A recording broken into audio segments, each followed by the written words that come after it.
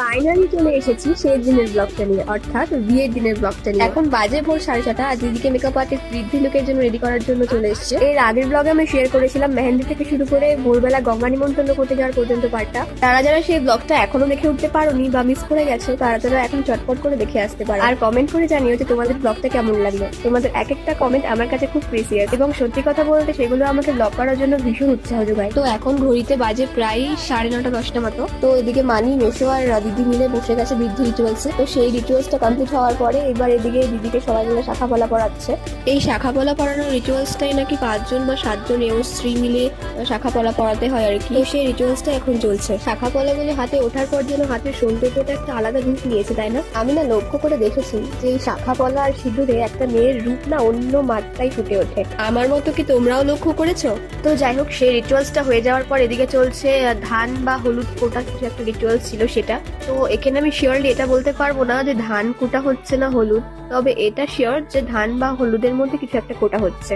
তো এরপরে আমরা ভাই বোনরা বাড়িতে বসে বসে সত্যি বোর হচ্ছিলাম, তাই আমরা ভাবলাম যে যাই তাহলে প্যান্ডেল থেকে ঘুরে আসি, দেখি কতটা কি কাজ হলো, সাজানো হলো না হলো। তো আসলাম যখন, তোমাদের জন্য একটু ফুটেজ তুলে রাখলাম। যদিও কালকে রাত্রেবেলা তোমাদেরকে দেখিয়েছিলাম এক ঝলক। জানি এই ফুটেজটা হয়তো ব্লগের জন্য প্রপার নয়, তাও একটু তোমরা মানিয়ে গুছিয়ে নিও। আসলে এই ফুটেজটা না আমার তোলা নয়, আমি কাকে যেন একটা দিয়েছিলাম, ভাই বোনেদের মধ্যেই হয়তো কাউকে একটা দিয়েছিলাম ফুটেজটা তোলার জন্য।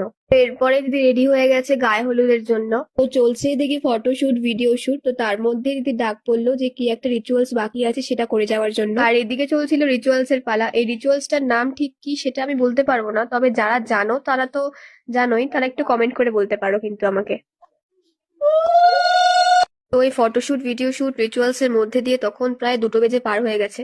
তো সবাই বলছিল খেতে বসে পড়তে আর দেরি না করতে, তো ওই জন্য আমরাও সবাই বসে পড়লাম। তো খাওয়া দাওয়ার পরেই সবাই মিলে তৈরি হয়ে গেছিলাম জল সাজতে যাওয়ার জন্য, কারণ এর থেকে দেরি করলে দিদির আবার সাজতে যেতে দেরি হয়ে যাবে। তো এই যে তোমাদের সাথে কথা বলতে বলতে আমরা ঘাটেও চলে এসেছি জল সাজার জন্য।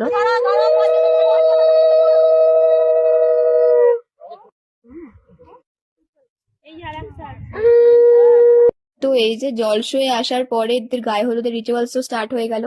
এখন ঘড়িতে বাজে প্রায় 3:30 থেকে 4টে মতো। যতই টাইমলি সবকিছু শেষ করার ট্রাই করা হোক না কেন, বিয়ে বাড়িতে কিন্তু একটু দেরি হয়েই যায়, তোমরা দেখবে। তো এতক্ষণে দিদি সাজতে যাওয়ার কল টাইম পার হয়ে গেছে অলরেডি।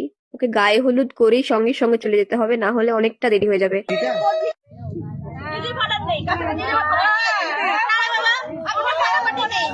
বলছি বক্স তো মানা আছে। গায়ে হলুদের রিচুয়াল শেষ হয়ে যাওয়ার পরে এদিকে চলছিল একটু ফটো ভিডিও শুট, কারণ দিদির অলরেডি দেরি হয়ে গেছে। আর ফটোগ্রাফার দাদারা আমাদের স্টেপস দেখিয়ে দিচ্ছিল, তো সেই স্টেপ গুলো আমরা ফলো করছিলাম আর কি। যাই হোক, এরপরেই আমরা ফ্রেশ হয়ে সাজতে গুজতে বসে গেছিলাম। আমাদের মেকআপ আর্টিস্টও চলে এসেছিল।